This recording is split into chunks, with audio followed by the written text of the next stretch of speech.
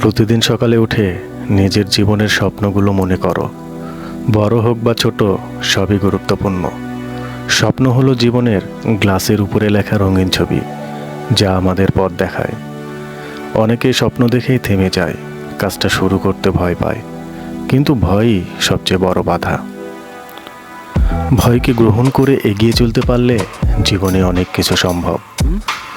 স্বপ্ন শুধু কল্পনা নয়, তা বাস্তব করার জন্য পরিকল্পনা দরকার। পরিকল্পনা তৈরি করো, ছোট ছোট ধাপে ভাগ করে কাজগুলোকে সম্পন্ন করো। একটা সময়সীমাও নির্ধারণ করো, কখন কি হবে, কখন কি করা হবে। প্রতিদিন কিছু একটা করো স্বপ্নের দিকে এগিয়ে যেতে, এমন কিছু যা তুমি আগে করনি। ব্যর্থতা আসেই, তবে সেটাকে পরাজয় মনে করো না, শেখার সুযোগ মনে করো। ভুলগুলো থেকে শিক্ষা নাও।